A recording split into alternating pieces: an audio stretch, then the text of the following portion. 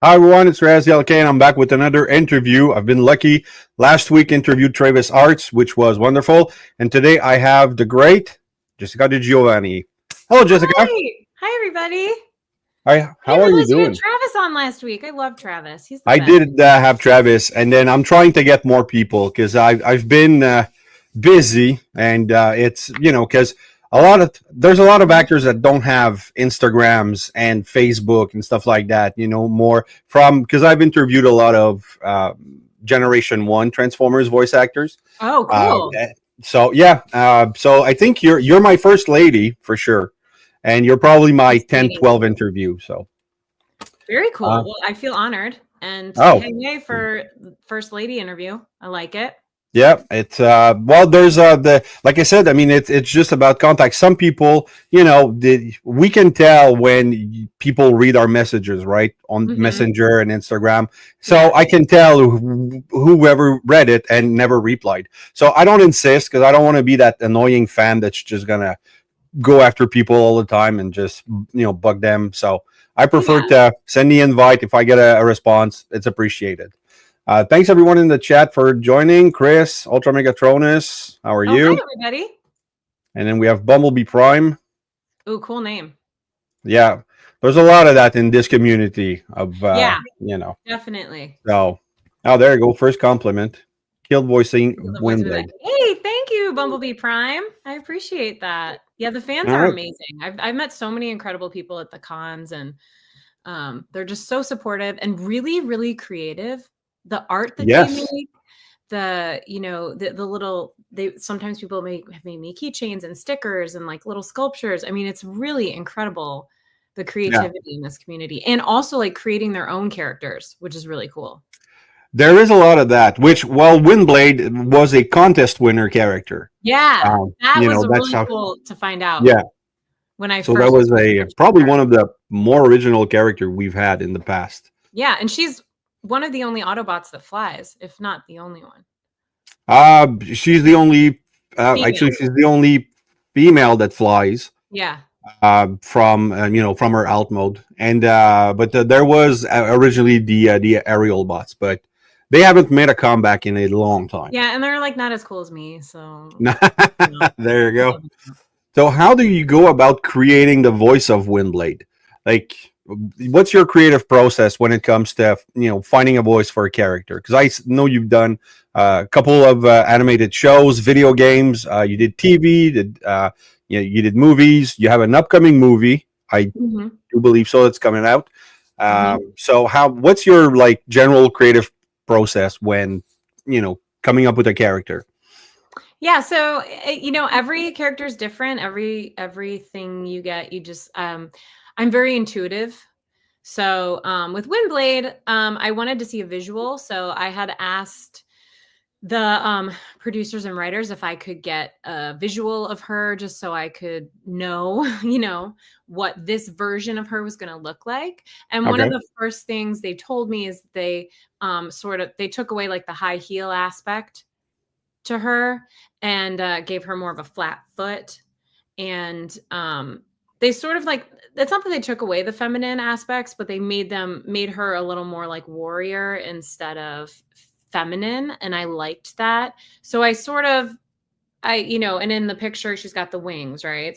Yeah. So I guess what I'm saying is I started with the physicality of her, right? So there's the wings, that Yeah. kind And of she dictates was the a posture, you know yes. Okay. standing there, and then she's got her feet flat on the ground, really strong. And, she's sort of always ready for action, right? She's kind of got all the senses going. So that's sort of how I started with her. And then, the voice kind of came naturally. I feel like it's very similar to my own voice. It was Well, at yeah. the time I was directed by our director um, to lower my voice in tone and pitch.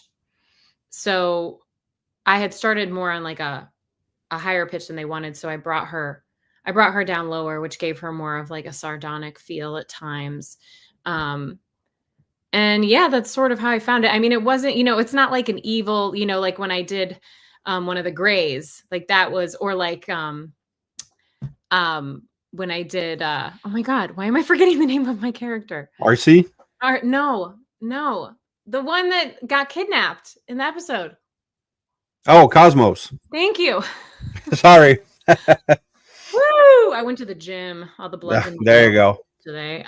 Anyway, so yeah, so when I did Cosmos, like those ones are very charactery, and I was allowed to sort of go in completely different ranges. But for Windblade, it's very similar to my own voice. However, it's informed by my physical posture and then also some direction that I got from our director.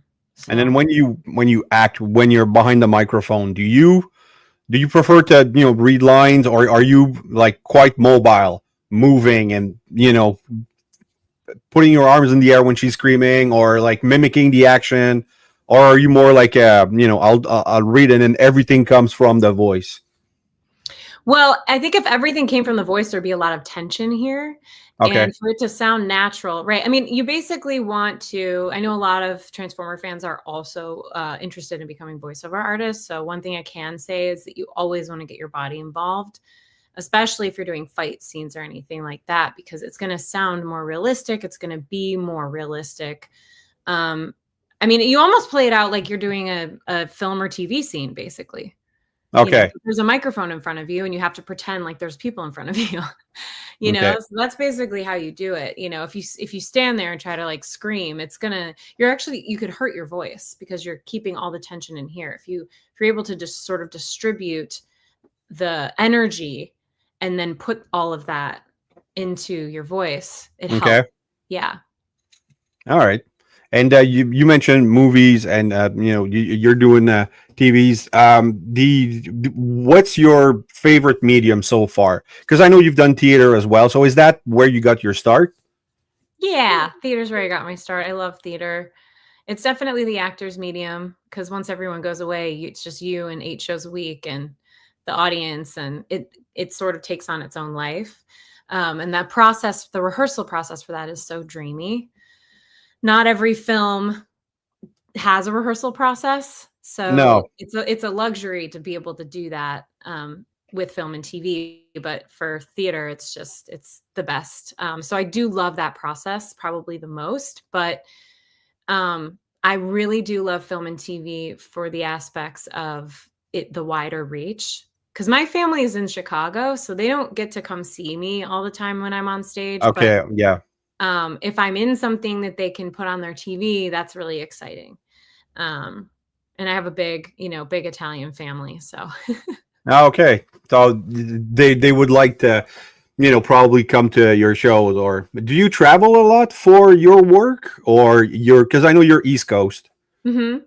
Yeah, sometimes it just depends on the project. There's a lot of things that film in New York. There's a lot of things that LA, not so much anymore, but yeah, I would say the coolest place I've filmed something is Tobago, like in Trinidad and Tobago, the island. Tobago. Okay, yeah. So cool. I think we were there for like 10 days. Which project was that? Almost 2 weeks. It was a role in a short film called The Resort. Okay. And we had this like house we rented on like with walking distance to our own private beach. I mean, it was insane. And the food was so good. And it was just so fun. It was like, we're like a vacation, but also I get to do what I love, which doesn't feel like work at all. It's just really, when you're in a good environment like that, it doesn't feel like work. You mentioned a short film. I just want to give you a quick compliment, because when I was doing research, I found one of the short movies you've done, which had an interesting title, which was Dream from a Petrified Head. Oh my God, yeah. And I watched it, and you were brilliant, because there's two parts to this, because there's that stoic face, when you're just reading from the memory of the person you are. And then after that, there's you in that synthetic body, which, they put you in. Yeah. And then you have this conversation with the lead, I guess, or I just thought it was super hard to understand the concept at first, but it's really good, and I thought you were really good in that. So I just want to let you know. Thank you so much. Yeah, that was visually just a stunning film. Like I think I think the director built that entire set and like got the costumes somehow made like free. Like he was on a shoestring budget and somehow was able to create this incredible looking world. I think Yeah. some of those set pieces were from like Sex and the City or something. But they, repurposed them and painted them so futuristic and so cool. Yeah, that was an interesting film to work on for Yeah, sure. it was. And I appreciate you saying that because it was really hard to not emote, Yeah, you know? For those you're of you like who don't know, staring in the void, yeah, just it's like a reading stuff. futuristic sort of premise, and there's basically AI in like a robot basically has ordered me to come to his like how you can order like a person. He's basically Yeah, like a a person to come. replica, But I or was like yeah, a rebel back in the day, and it would be like if you took like I don't know like Malcolm X and repurposed him into another body. yeah, So that's exactly. kind of what he was doing. He was taking a consciousness and like putting it into a vessel and like ordered it, in the future, whatever. Anyway, it's a really interesting concept, but like, thank you for watching that. Yeah, that was, God, that was a while ago. Oh yeah, Bringing yeah, back memories. but it was really because I watched it probably well when you agreed. That's when I started, going through Yeah. a couple of the episodes you've done and stuff like that to Yeah. I think get a it's still feel. to this day, like one of the most visually stunning things I've ever done. I just Yeah. think it's like so like it's very like Space Odyssey 2001 Space Odyssey. Yes, actually, that's a very good We actually watched that reference. movie before we filmed. Yeah, because it did have that feel of like you're not sure what's happening, you're not sure what's going on. But yeah, it was. I don't know. I found it really interesting. You have a movie coming up where you're co-starring, Deep The Fake. lead, yeah, starring You're in, the yeah, lead. yeah, yeah. So, and that's coming up this year, or because I know it's upcoming, but I haven't seen a release date yet. Yeah, we don't know yet. We're Okay. applying to festivals and sort of waiting to see what comes from that. But it's called Deep Fake, and the basic premise is it's a sort of not farce, but a satire about social media and how far we go, and how lonely it can be too. The sort of the idea that you're not alone, but you are, sort of. Yeah. But it's a dark comedy. It's very funny. It's making fun of the whole idea of a social presence and what that means. And we had a blast filming it. We filmed it mostly in Brooklyn, Okay. with an incredible cast, just so funny. Everybody was so funny and so good. And we had a great time. I love working on indie films because it's everybody is equally invested, Yeah. on bigger budget films. You can it's awesome, right? But it's also like, it doesn't have that same, like, we're all in this together feel as No, much you do a your lot of the part. time. You do the yeah, and Yeah. you've done a lot of those indie films and stuff like that. Do you feel that with everything that's happening with going back to AI now, where they can mimic voices and stuff like that, Mhm. do you think indie will have a like more of a strong presence, a resurgence of popularity? Because I personally am starting to get really annoyed with anything AI when it comes to Mm. you like even now you have like internet accounts that are purely AI. They're Mhm. just they're posting pictures, they're posting videos, they're posting everything, but there's nothing real about it. So there's no like integrity to it. So Mhm. you feel like that indie film probably will save the actors. Yeah. Yeah. I sort of agree with that. Yeah. I think I have heard something about like them eventually they'll create AI personalities that will have fans and followings, and which may even be happening right now. And then like they would be starring in a movie or whatever, like that is eventually where it's headed. But I don't know. I have seen some crazy things where you're like that's Yeah. AI, that's crazy. So I don't know, but as an artist, I feel that human beings want to tell stories. We've always told stories. We want to create, and it's the highest form of expression is creativity. And I think in order for us to vibrate on a higher level and continue to move forward and evolve, we have to keep telling our stories and being creative. So I think we'll find a way around it. And our union and other unions are doing a really good job of trying to monitor and stop as much as they can, limit the voice copying and things like that. I think it's inevitable. It's definitely inevitable, and it's a tough thing. But I do. People crave real connection, real emotion, and there's things right now that I don't think AI can fully do yet. So well, I don't know. I can detect AI like by the eye just very quickly. There's something in the voice, or sometimes it's the motion, the way something moves, and it doesn't feel natural. Mm-hmm. So and apparently I've read I heard somewhere that there's when it comes to sound and voices, there's something subconscious that we can detect very easily what's an AI voice or like what's not real. So now I think hopefully we keep that. Yeah, well, exactly. That would be something terrible to lose because I've been doing this for 4 years now. Like I do voice actor spotlight videos to promote what I call the unsung heroes of my childhood. Cool. Because it's really, there was a couple shows of Transformers where a couple characters were not great. I'm not going to name names or anything, but so it kind of prompted me. It kind of prompted me to show people like this is what acting is. Because Michael Bell, who's one of the person I interviewed, he was with you in Baltimore, and he's such a fun person.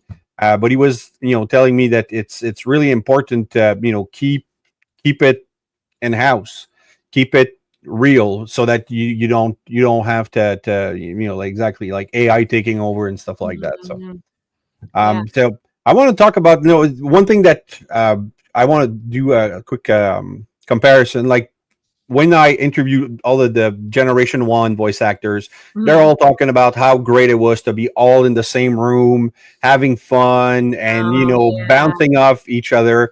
I know you guys did, recording, one-on-one with the director or the audio engineer.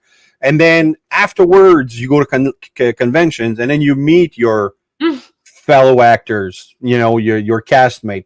And how do you enjoy meeting those people and realizing, oh, we would have had so much fun doing an ensemble read or stuff like that? Like how excited are you when you're like, oh, I know we did this show together, but I've never met that person? Like, is there a pre-connection that's established, something that links you, or like? Yeah, absolutely, of course. Yeah. I mean, it's a riot. It's so funny to put a face with the voice.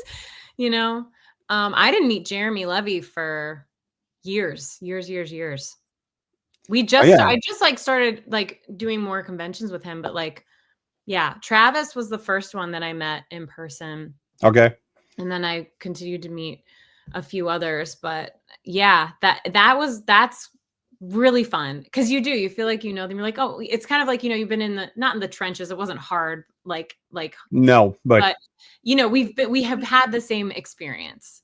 Exactly. So it's, we have that sort of bonds us, and then we can talk about that. And everybody's just been so nice. There's nobody who you meet who's just like, hey.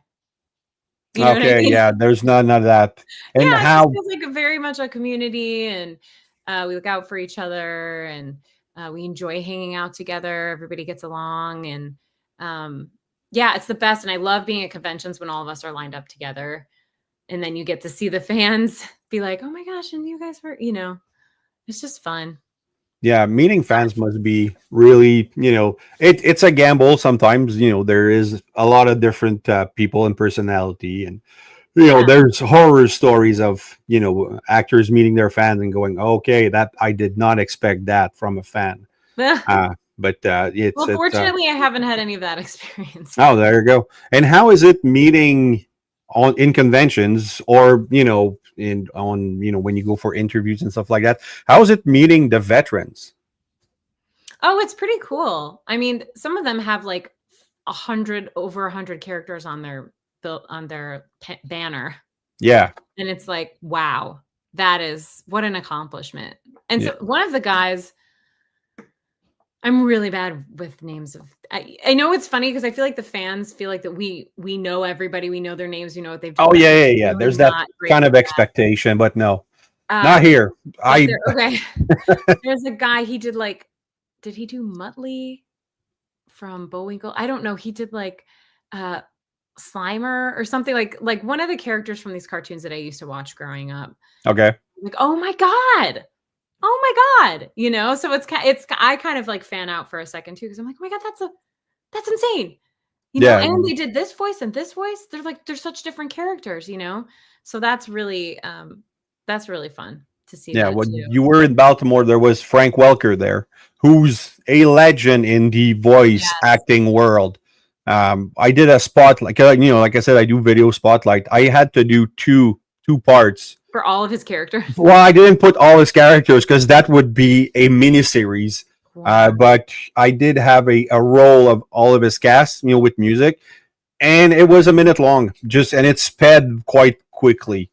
And Wow. I think at some point he was the third highest grossing actor in Hollywood, I mean, because voiceover can be very lucrative. Yeah, I wonder what they think now of how everything's changed.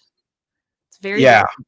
It's very, very different. I do. Some of them do miss the ensemble reads, stuff like that. Oh, Like I've man. interviewed I personally think they would get better reads. I did a podcast like that, a fictional podcast where we were all in the room together, and I really liked it.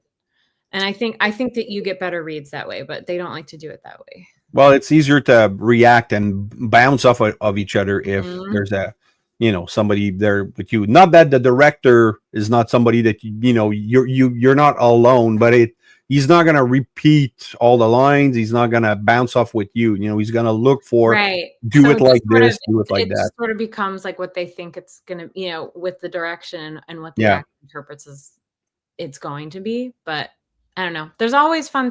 It's energy exchange. There's always fun things when you have someone else across from you. I'm going to say this, acting is reacting, but it is. It's like, Yeah. You're focused on the other person and what they're doing and what you want to achieve, like what you want them to do, and how to get them to do it. Right. Yeah, exactly. It's So, like also in theaters, I know that. Like, are you the type of actor that the when you're on stage, let's say you're at the preview stage, and you're gonna try different ways to say the same text, same lines, but try to find a different way to do it each night until you find exactly what you feel is good, or even after the previews, do you keep going to make it different? Well, there are certain things that's sort of what rehearsal is for. You don't want to throw too big of a curveball or totally change the trajectory of the scene that you've worked on, because then that will alter the play or throw the other actor off. So, but there are nuances and little things that you can do to make it fresh every night, and also to deepen the work, and that can include things in the environment with props. It can involve the way you react to something, but I would never do anything that like totally is completely different from what we had No. rehearsed. But yeah, you play with it, bigger, smaller. Is there, you could add a little bit of this spice in there, add a little bit of that, and the more specific you get, or sometimes the audience plays a role in that too. Right. So like you'll notice that like the audience might give a reaction more when you did it one way than another way. So you're like, okay, well, I guess that resonates more with the storytelling at times, but audiences are, one night an audience will laugh at something and the other night it'll be silence, Okay. So And then you get you never know what you're going to get. Yeah. And is that exciting or worrisome? No, it's just to be expected. It's not worrisome. Okay. It's not worrisome. And sometimes, there's a lot of actors that like to blame the audience and be like, oh God, it's a horrible audience out there. They suck. But a lot of times I think that it can be what the actors are, sometimes it is what the actors are bringing and we just don't realize it. Like maybe it's not fresh anymore. Or, you know, sometimes it is the audience. Sometimes like there's certain nights where like Saturday nights, everybody's liquored up and they might be tired. You know, you'd Okay, think that yeah. Saturday nights would be like rowdier, but sometimes they're not. You know, it just depends. It really is just see what happens. It's a coin toss. You Yeah. know, sometimes okay. It's interesting. So what's your favorite medium? Like if you had to pick one for the rest of your days and you do just one, would you go Oh, that's camera, so theater? hard. It is hard. Oh my God. You know, you could do voice recording in your pajamas for the rest of your day, or Oh, I refuse to answer this question. okay, all right. Wow, my first refusal. There you go. I refuse to answer it because I love them all so much. Like they all have So it's part of the fun of being an actor is the diversity, going in there Like, and theater has its own excitement and thing that I love about it, but film, like you get to go off for a month and be with the same people and you create this little family. And TV, you know, I haven't been a series regular yet, but that's gonna happen someday. And I sure will. really look forward to going to work every day and seeing this like family of people and really getting to grow a character over a long period of time. I think that's really exciting. And then people, you know, the writers start to get your voice and then they start writing for you. And, you know, so there's exciting aspects to all of them. So I refuse. Okay, I'll take that. I like that. That's cool. I know also you did narration. Do you do audiobook? I have not done audiobook. I looked into doing it. I just don't really want to be sitting in a dark booth for that long during the day. Right. 'Cause you have to read the whole thing. It's a lot. Yeah. Yeah. And there's a lot of like back end editing and stuff. I don't know. It's just not for me. Okay. It's not for But it's me. I good. mean, I Then, could do it. I would do it if someone was like, here, let's record in a studio. I would love that. Yeah. or a previous character you've done, like if there was an Yeah. audiobook with Windblade in it, they Oh my want you God. to Yeah, of do it. course. Yeah. Yeah. So exactly. Yeah, absolutely. And Absolutely. I mean, I don't really, I like to keep it diverse. And if somebody reached out to me, I would definitely do it, but I'm not actively seeking them out. If that makes okay. sense. And is there anything that you haven't done yet for that you're just waiting to jump into? Series regular on a TV show. Yeah. Okay, but I mean, you've been on TV, you've been on camera, I you've have done been it, on but TV. okay, Yeah. right? You're saying like, well, I don't know. What Because else you've do you- done, I know you've done commercial. Have you done radio? Yes. Okay, Well, yeah, actually there was a radio station in my high school. 88.5, I think, HF high school.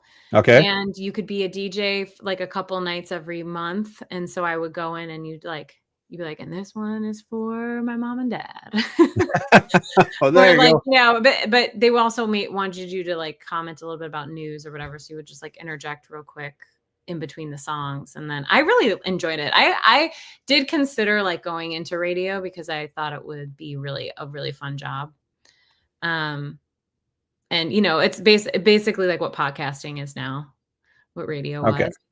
oh, there you go. But yeah, so I've done that too. And last question: when you were young, what triggered it? What gave you the bug to act? What gave me the bug to act? Well, I really enjoyed the process in general. Theater came to me at a time when I was having a really hard time in life. Like I was being bullied. I didn't have a lot of friends. There was like tough stuff going on at home. And I was like, okay, I needed a community. And I had done sports before, but there Okay, was something about like the weirdos swimming, in right? theater. Yeah. Oh my gosh. Wait, Yeah, how did you know that? Well, it's on your website. Oh, wait. In your special skills at the bottom, it says competitive swimming every stroke. Yes. So, I was a junior Olympian swimmer.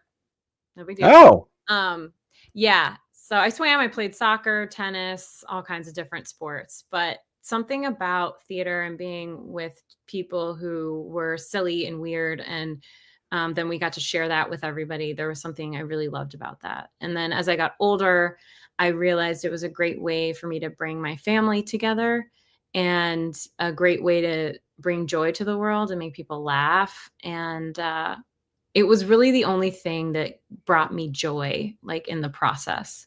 Sports is fun, and I love being on teams, and we were also silly and had a lot of fun, but it wasn't as joyful for me as performing. Okay. Oh, yeah. All right. Well, thank you for taking the time. I'm going to put in the outro in a couple of minutes. Just don't click out. Just wait. We'll come back to the so I can say goodbye to you. But thanks everyone in the chat for coming over. Yeah, Jessica, I hope you had a good time. I try to make it different than what you're going to get asked for the rest of your life at conventions. And you know, like, what would your character do in a drive-through, stuff like that. I hate those. I don't go to panels anymore because I cringe for you guys the whole time. So I'm like, and I understand that fans really need to get that out, and you guys are amazing at answering those fan fiction questions, those weird theory questions. Oh, those are tough. Yeah, a lot of questions are for writers. Oh, you know, like it's exactly. And then I went to a writers panel, and I thought those questions are going to come up, and the writers are going to. You would not believe the other type of weird, not good questions writer gets asked all the time. It's crazy. So, well, like I said, the fans are very creative. So they are, and my hat's to you guys to be able to handle that. But I prefer to not go to panels, and I give you my card. We get in touch, and then I do this. It's much more enjoyable for me, and hopefully for you too. This was really fun. I really enjoyed talking about everything that you asked me. So, yay! Thank you very much. And maybe we'll have you back. For tuning in, and you know, I know did they have questions, but we weren't able to get to them because of time. But maybe the next one. Who knows? Yeah. Or they can go on your Instagram, because those links will be in the description. They're in the description. Your Instagram and your actor resume website, which was fun to look at all your headshots and everything. So thank you. So I mean, I think you have a great start in your career, and you're gonna, eventually you'll get that you're regular in a series. I'm sure. So thank you. All right. Well, thank you. So thanks, everyone. I have to remember my outro. It's been a while. So thanks, everyone, for watching. I hope you've enjoyed this. If you did, please like, subscribe, and hit the bell. Also, leave a comment. I love reading those. Keep coming back. I have more on the way. And remember that nothing in life gives you a right to be an asshole. Take care. That's